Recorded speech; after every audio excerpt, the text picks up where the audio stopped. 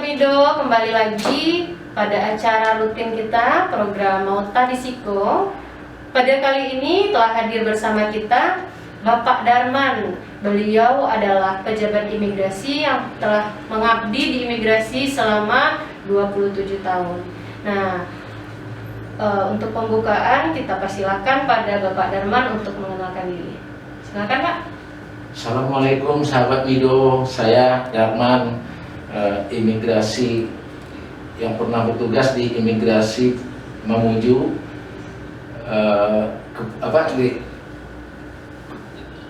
divisi imigrasi Sulawesi Barat di Mamuju sebagai kepala subbidang penindakan keimigrasian. Iya. Selanjutnya Pak, Bapak dulu bertugas di imigrasi ini udah berapa tahun sih Pak persisnya? Ya, saya sudah sejak tahun 1994 pengangkatan sebagai PNS, ya. 94, 6 tahun kemudian, lebih kurang 3 tahun berjalan, tahun 98 mengikuti pendidikan teknis dasar keimigrasian di Jakarta. Daerahnya Cinere dan Gandul di Cinere. Pusdiklat ya Pak ya. Kita menjalani pendidikan lebih kurang 7 bulan. Habis itu selesai tahun 1994. Selesai kita kembali kepada tempat kita bekerja sebelumnya. Tahun 99 lanjut sampai tahun 2000 saya dapat penugasan pertama di Polonia, Medan.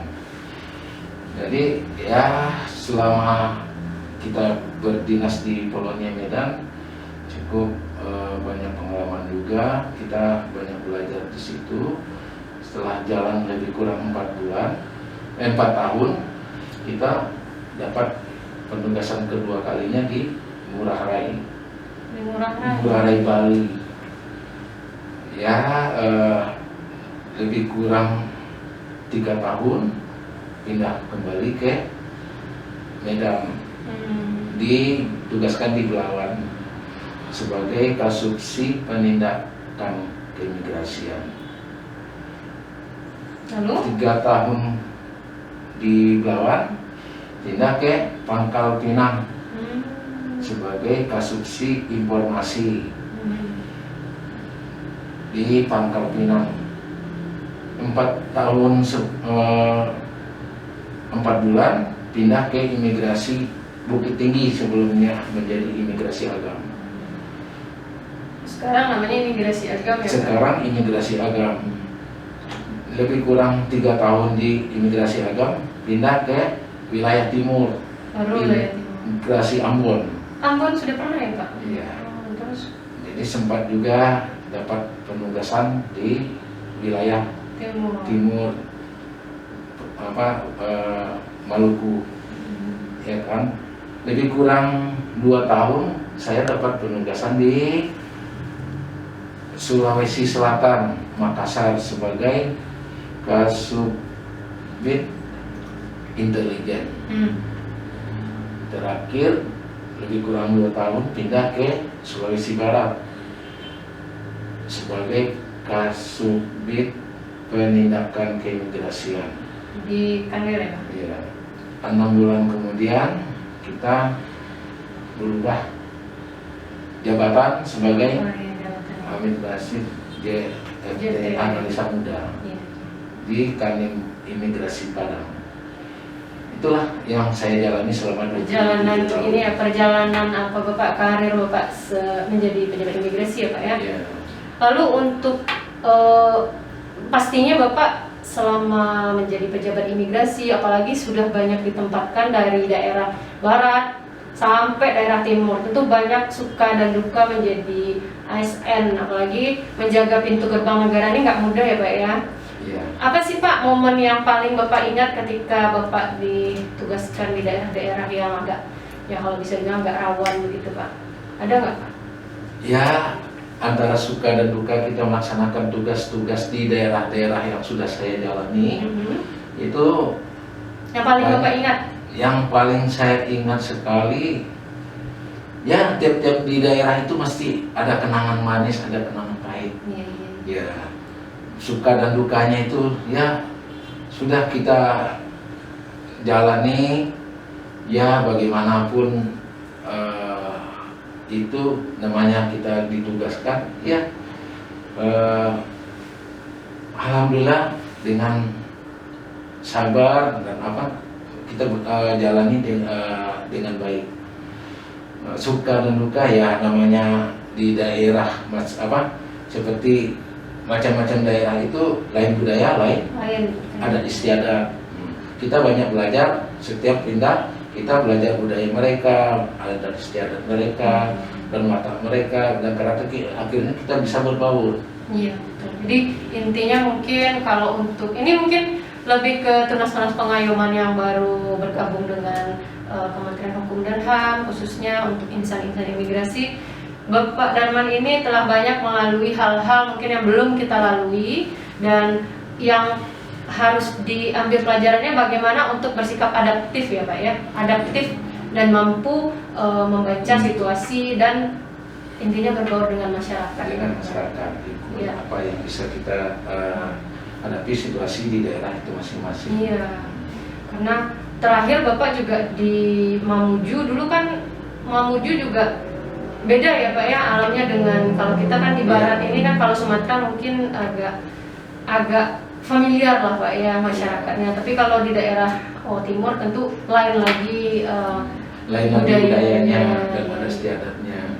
Cuma kita harus bisa menyesuaikan bagaimana nasionalisme tadi. Nasionalisme. Iya. Ya. Terhadap untuk Bapak kayaknya sepertinya penindakan keimigrasian yang lebih spesifik ya Pak ya. Iya. Banyak ya Pak yang Bapak hadapi, maksudnya mungkin orang asing yang ada di daerah-daerah tersebut itu banyak yang Bapak hadapi nggak Pak yang mungkin maksudnya aneh-aneh atau gimana Pak? Waktu saya bertugas di Mamuju hanya beberapa waktu aja, jadi enggak, dan juga kegiatan tidak begitu banyak. Ya. Yang saya alami waktu saat tugas di Belawan. Belawan ya Pak ya? Itu yang agak banyak saya hadapi. Kegiatan orang asing. Ya, orang asing ya. Kali ini Pak, waktu kemarin Bapak terakhir bertugas di Mamuju, kita kan sempat dengar kabarnya Bapak terinfeksi COVID-19, benar nggak Pak? Iya benar. Saya terakhir bertugas di Mamuju itu mengalami dapat musibah terpapar COVID-19. Tapi saya waktu itu saya juga nggak tahu itu apa COVID-19. Ya, pada saat saya terpapar COVID-19, itu saya dapat informasi dari rumah sakit. Tapi sebelumnya saya waktu dari penugasan ini kan, sebelum waktu dapat penugasan di Mamuju, saya kan pulang pergi ke kampung. Kampungnya di mana? Karena kampung saya kan di Padang. Jadi kita pulang di saat kebetulan terakhir saya sebelum sakit ada cuti bersama di bulan Oktober. Ada beberapa hari, jadi saya pulang ke Padang. Di saat pulang ke Padang itu ada sekitar dapat 1 minggu. Habis itu saya sambung dengan cuti bersama.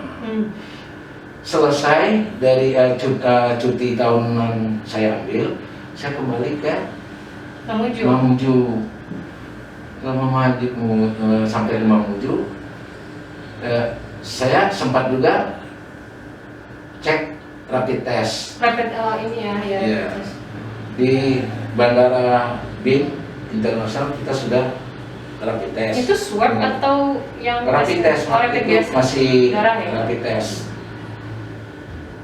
Nah, dari Padang ke Makassar, Mamuju. Lalu? Tanggal 9 saya sudah berada di Mamuju. Di sana saya tes juga, rapid test. Sesampainya di sana tes lagi? Sampai rapid test lagi, cek hasilnya negatif. Lalu? Memang dari tangga di Mamuju itu sudah ada juga yang terpapar COVID, tapi saya baru datang. Siapa yang terpapar COVID di Ya, Mamuju? diantaranya pegawai Oh, dari pegawai. Kanwil. Oh, berarti Wilayah. di Kanwil sudah Kanwil ada yang sudah ada di terpapar. dalam. Oke. Lalu Pak? Tapi saya baru datang, belum ada bersentuhan sama menghubung kontak langsung sama teman-teman. Tapi tanggal 11-nya saya dapat kurang enak badan, demam biasa. Demam biasa. Demam biasa, tapi saya kayaknya demam ini demam biasa. Habis itu saya minum obat yang biasa yang saya minum. Ya, terus? Jadi setelah saya minum obat, panas turun Pak, panas badan itu nggak turun-turun sampai lebih kurang 9 hari. Demamnya? Demamnya tidak turun-turun. Itu disertai Sebelumnya itu gejala- saya sempat sudah berobat ke rumah sakit poli kesehatan yang ada di kantor gubernur Sulawesi Barat. Kan. Jadi waktu itu saya sempat dikasih obat, tapi panas badan saya tidak juga turun. Saya kira yang saya alami itu demam biasa. Namun hari ke-9 saya mengalami kritis. Gimana nih kritisnya Pak? Kritis Gejalanya itu ya makan nggak mau, penciuman tak enak, Tak pilek ada. datang banget. tak ada atau tak enak Pak penciumannya? Tak ada rasa penciuman. Oh, berarti udah mulai hilang Iya, penciuman. Lalu? udah hilang penciuman. Terus nafsu makan tuh hilang. Jadi kondisi saya sudah lemah. Drop ya Pak ya? Udah drop. Jadi dengan adanya kondisi saya seperti itu, teman-teman kantor bawa saya berobat ke rumah sakit. Terus? Sampai di rumah sakit, saya diperiksa, dilihat dari situasi dan langsung di opname. Pasang infus setelah beberapa diproses dengan oleh dokter, tiba-tiba saya ambil hasil swab Oh, tes. dokternya. Terus? Jadi saya dalam perawatan itu karena kondisi sudah kritis, saya belum tahu nih saya kena penyakit apa. Jadi Bapak maksudnya Bapak belum merasa bahwa itu COVID karena Saya tidak tahu itu COVID. Setelah hasil dari swab keluar. dokter menyatakan saya positif. Jadi dari situlah awalnya saya baru tahu bahwa saya terpapar COVID. Itu udah 9 hari Bapak di rumah saja, Iya. baru dibawa oleh teman-teman kantor. Iya, karena saya juga takut ke rumah sakit karena di mana-mana banyak COVID. Itu sahabat Edo. Jadi Bapak nggak menaruh curiga kalau Bapak tuh sebenarnya karena Bapak dari luar kota kan? Iya. Bapak nggak menaruh curiga. Enggak menaruh curiga bahwa saya terpapar COVID. Lalu waktu Bapak pertama kali tahu bahwa Bapak itu positif, perasaan Bapak gimana sih Pak? Ya pasrah. Pasrah. Iya, untuk bagaimana supaya bisa sembuh, hanya banyak berdoa, dan karena sudah ditangani dokter, saya pasrah aja. Percaya dengan dokter? Percaya dengan penanganan dokter. Alhamdulillah selama saya sempat kritis 17 hari. Nah, itu 17 hari Bapak kritis itu setelah jadi kan 9 hari Bapak di rumah nih Pak, lalu masuk ke rumah sakit langsung dirawat, ditangani oleh dokter. Iya. Nah, itu berapa hari jedanya sebelum Bapak dinyatakan kritis itu Pak? Berarti di ICU dong Pak, kritis? Ya, mulai masuk rumah sakit itu saya kondisi saya itu sudah sangat mengkhawatirkan. Saya berjuang untuk mempertahankan napas saya ini. Tunggu dulu Pak, gejalanya waktu Bapak sampai dibawa ke rumah sakit itu apa aja Pak? Yang terasa paling berat? Yang terasa berat, pokoknya badannya itu terasa panas, Lemes ya? ya lemas, Pokoknya kita mau keluar itu harus pakai jaket dingin. Dingin, kedinginan. Dingin, kedinginan rasanya. Jadi meriang, pilek, Nafsu makan batuk, nafsu makan sudah nggak ada. Batuknya sampai sesak nggak Pak? Sesak. Oh, udah sesak. Terus Yang jelas kita masuk makanan melalui kerongkongannya itu sakit sekali. Tenggorokan ya gini-gini. Rasa ada yang luka gitu. Jadi saya selama 17 hari itu saya kritis ya, yang namanya kita kencing, beol di tempat tidur semua. Itu sudah dipasangin alat ini Pak? Udah dipasangin sama ventilator. Ventilator pakai Pak?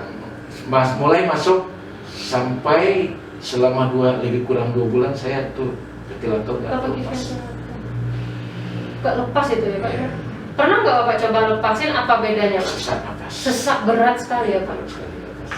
Jadi waktu Bapak 17 hari di ICU berarti ya Pak ya?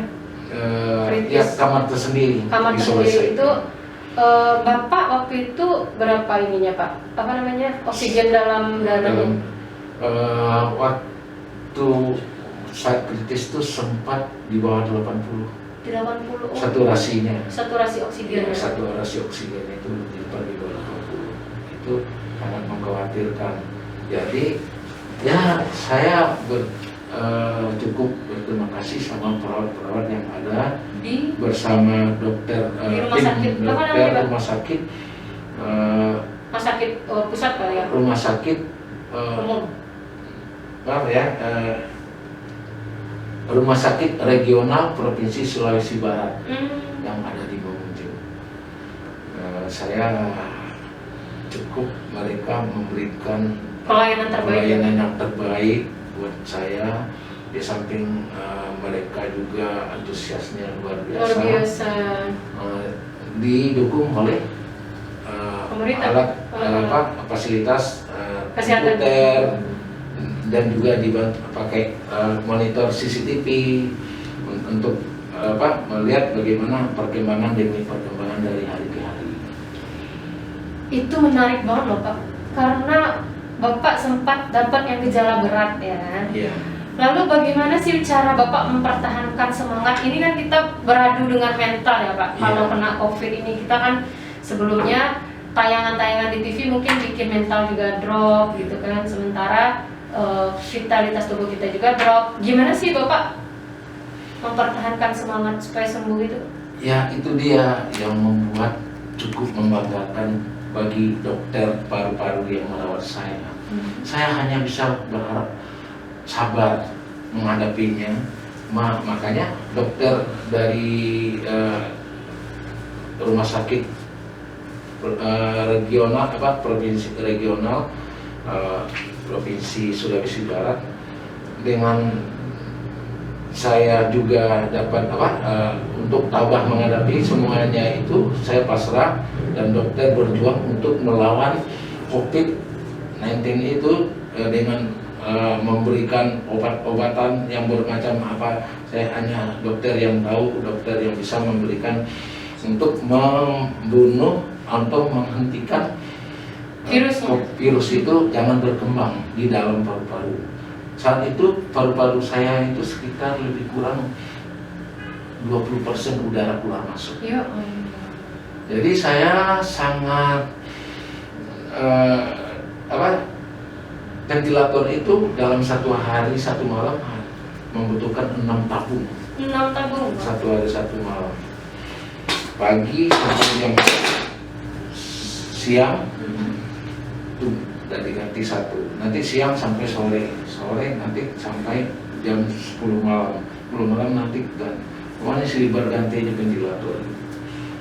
Lebih kurang 120 tabung besar ventilator itu yang saya sudah gunakan.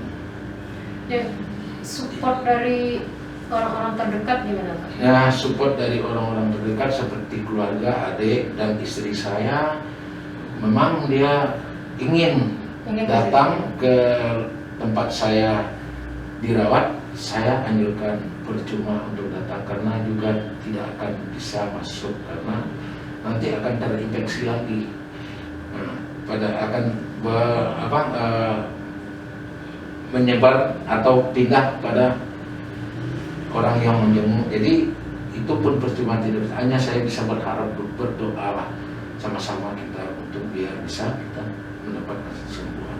Hanya doa yang kuharapkan, semua pasrah sama yang kuasa. Itulah perjuangannya itu ya, semuanya kembali kepada yang Maha Kuasa. Tuhan masih memberikan waktu untuk saya bagaimana lebih baik lagi. Jadi Allah masih sayang sama saya. Bila dibandingkan dengan teman-teman yang lain, atau pada saat itu ada yang ya hanya beberapa minggu sudah meninggalkan kita. Karena kesabaran saya, saya juga apa yang bisa saya lakukan secara mandiri saya lakukan. Karena kita tidak bisa berharap banyak pada perawat dan dokter untuk membantu pada saat mereka tidak melaksanakan tugas. Kita harus berupaya semampu kita untuk menjaga apa yang harus mesti kita lakukan. Itu di luar tanpa pengawasan. Kita potong dulu ya Pak ya. Baiklah Sobat Mido, kita lanjutkan setelah pesan-pesan berikut ini.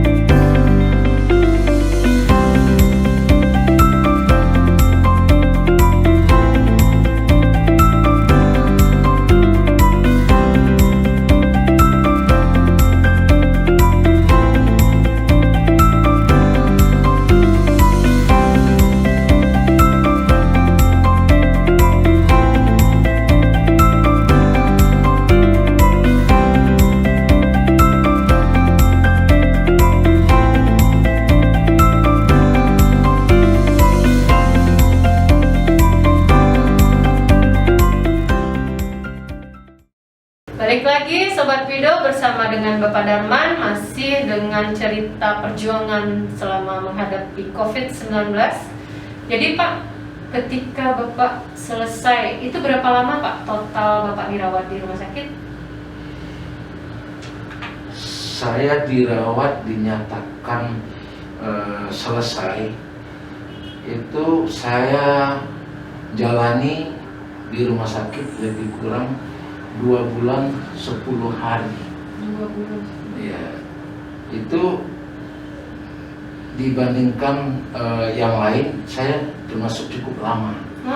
Ya, tapi alhamdulillah berkat perjuangan tim dokter paru-paru rumah sakit regional provinsi Mamuju, provinsi Sulawesi Barat, alhamdulillah saya sampai pulang ke Sumatera Barat. Sangat bersyukur ya Pak atas kesempatan juga. Terus lagi Pak yang pengen ditanya ke Bapak nih, karena menarik kan perjuangan Bapak selama 2 bulan jauh dari istri ya tentunya, jauh dari keluarga, dan bagaimana Bapak melawan. Jadi kita bukan hanya melawan virusnya ya Pak, tapi bagaimana melawan mindset sendiri bahwa kematian itu dekat dengan kita. Itu kan pasti mindset itu sudah ada kan Pak. Nah, jadi Bapak sangat menurut saya Bapak tuh mandiri dan tangguh lah untuk menata mental dan pikiran Bapak melawan virus COVID-19 ini Pak. Karena yang membunuh itu bukan hanya virus Pak, tapi pikiran yang paling utama sekali. Kan kita harus menjaga pikiran kita supaya tetap positif gitu kan Pak. Selama Bapak sakit itu ada bacaan nggak Pak? Atau ada kegiatan yang Bapak memang rutin lakukan? Ya, di saat saya berjuang melawan COVID-19 itu, itu bermacam-macam apa yang dapat yang ingat saya baca dari kitab suci Al-Quran dan doa-doa dari keluarga, semuanya itu yang mengenal saya pasti mendoakan. Saya juga minta doa keluarga, bagaimanapun apapun ceritanya kita sama-sama pasrah. Alhamdulillah di saat saya berjuang itu yang saat bertarung itu cukup sangat mengkhawatirkan. Jadi tahap demi tahap proses saya lalui dengan bantuan obat dari dokter dan perawatannya apapun dia semuanya berjalan dengan bagus lah. Tapi yang namanya gangguan pikiran itu sangat tidak bisa diterima, dihindari loh ya. Dalam pikir itu kalau sedikit aja apa sesuatu yang tidak kita inginkan tidak tercapai, misalnya kita ambil barang sesuatu tidak, itu napas sesak sekali. Sesak ya Pak? Sesak napas. Pikiran itu saya juga ada permasalahan yang muncul itu langsung sesak napas. Saya dengar aja sesak ini Pak sekarang. Iya, itu sesak napas. Jadi jangan sampai pikiran kita itu apa yang harus terpikir yang mengganggu pikiran kita itu selalu saya buang. Itu tipsnya ya Pak. Ya, makanya apapun ceritanya pikiran jangan terganggu. Itu yang membuat saya kuat. Di samping pikiran, doanya keluarga dan doanya saya juga saya di sana dapat obat-obat yang dikatakan 90% obat medis dan didukung dengan konsumsi vitamin, pola makan bagus. Pola makan dijaga terus. Jadi kita tuh apa yang bisa kita makan, nafsu makan itu tinggi. Sudah berobat itu nafsu makan banyak. Jadi imun kita naik kembali. Selama 2 bulan Bapak dirawat itu Bapak bed rest ya Pak ya? Bed rest ya, maksudnya tidur aja gitu ya? Iya. Itu ada penurunan nggak Pak untuk organ-organ lain? Misalnya mungkin alat gerak agak terganggu atau gimana Pak? Ya, pada saat itu saya selama dirawat, kalau dilihat gambarnya nanti saya kirim. Tubuh saya itu mengecil, kaki, badan kurus, ya kulit saya karena tidak kena air, sedikit aja kena air itu langsung sesak napas. Oh gitu Pak? Iya, jadi kita mau ke kamar mandinya itu jaraknya sekitar lebih kurang 1,5 meter, tidak kuat jalan untuk ke kamar mandi. Selalu saya dipandu. Itu baru saya ke kamar mandi kadang-kadang sekali 3 hari baru ke kamar mandi. Padahal kamar mandi itu ada di ruangan. Jadi saya berdiri, tidak lemah semuanya. Jadi karena paru-paru kita itu sudah digerogoti oleh virus COVID-19 itu semuanya sudah rusak. Jadi saya sekarang yang saya alami efeknya. Apa Pak? Efek jangka, ya maksudnya itu udah jangka panjang lah jatuhnya ya. Apa yang masih terasa setelah pasca kena COVID ini Pak? Ya saya sejak sembuh dari COVID ini yang saya rasakan badan itu terasa ada beban. Nah, ini yang rasa berat gitu ya, Pak? Berat. Padahal saya tidak ada mengangkat benda sesuatu pun, tapi bawaan badan itu terasa berat. Napasnya sudah bagus, yang lainnya sudah bagus, cuma itu aja efek. Terasa ada beban yang saya. Apakah yang pernah mengalami COVID yang sampai ke paru-paru, apakah apa yang saya rasakan sama yang mereka rasakan? Nah, mungkin itulah dampaknya dari COVID itu.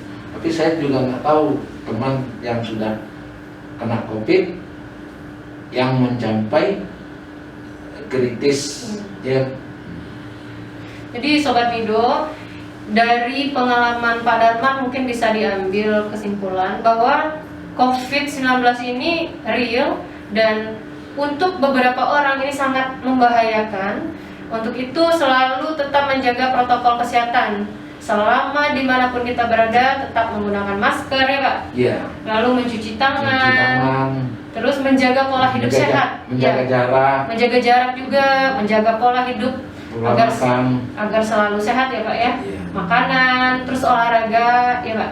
Iya. Dan jangan lupa Sobat Indo semua, apabila memiliki ciri-ciri atau ya pertanda lah ya Pak ya, Iya. nah, seperti batuk, pilek dan mungkin demam gitu, ya jangan sungkan-sungkan untuk langsung aja tes ya Pak ya. Iya. Tes Langsung aja. Periksa Kita kan kesehatannya. tidak tahu ya Pak ya bahwa COVID ini menyerang kita. Menyerang kita tidak tahu dari Seperti mana Pak Darman asalnya. ini kan. Saya juga tidak tahu dari mana asalnya COVID Tiba-tiba ini. datang aja Tiba-tiba dia. saya mengalami Iya. demam itu. Ya, yang sangat saya sayangkan sudah kena COVID, kena gempa pula. Iya, saya juga dapat cerita tuh Iya. Pak. Katanya Iya. Pak Darman lagi di rumah sakit, terpaksa harus dievakuasi ya Pak ya. Dievakuasi. Karena ada gempa di Mamuju waktu itu, memang bangunan roboh ya Pak ya. Iya, tapi yang di tempat saya di rumah sakit yang saya tempati itu roboh enggak, cuma retak-retak, jadi tidak layak saat itu untuk ditempati. Makanya kita mengungsi selama lebih kurang 1 minggu. Setelah Bapak dievakuasi, Bapak masih pakai ventilator Pak? Ya, waktu kejadian gempa di Majene. Majene ya. Itu kejadiannya tanggal 14 Januari. Sekitar jam 2.30 itu siangnya gempa berkekuatan 5,9. Itu siang hari kan. Jadi kita perawat buru-buru untuk mengevakuasi kita keluar dari bangunan. Jadi setelah kejadian gempa itu memang luar biasa, suasana heboh gitu kan. Jadi sudah kejadian gempa di siang hari, kita sudah dikatakan aman, kita kembali ke ruangan rawat. Sekitar jam 2 pagi tanggal 15 saya terbangun, mungkin karena kondisi napas tidak stabil. Jadi saya bangun. Setelah dari bangun itu terasa goncangan sangat kuat sekali. Kok tempat tidur saya bergoyang.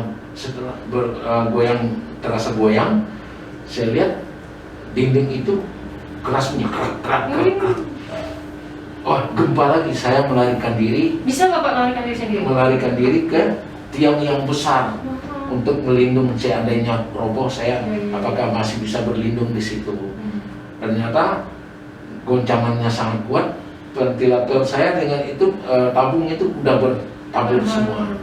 Udah berhamburan lah ya. Udah berhamburan.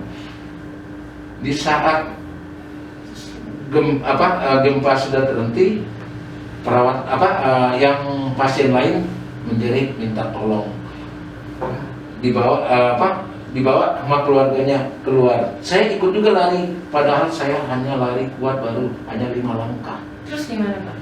Ya, saya berupaya juga memaksakan lari, mengikut pakai apa yang saya bawa, hanya handphone yang bisa saya bawa untuk komunikasi, yang lain saya tinggalin. Jadi saya pada saat baru 5 langkah ketemu sama perawat membawa kursi roda. Alhamdulillah beliau lah yang membawa saya ke bawah. Ya. Jadi memang perjuangan Bapak berlapis ya Pak ya. Ini sangat sudah jatuh ketimpa tangga. Iya, itu judulnya Pak. Sudah jatuh ketimpa, tapi ini adalah ujian dari Allah dan Bapak insya Allah udah lulus nih Pak. Nah, dan mungkin juga ada hikmahnya juga ya Pak ya. Jadi Bapak udah merasakan mungkin lebih dekat dengan Allah ya Pak ya.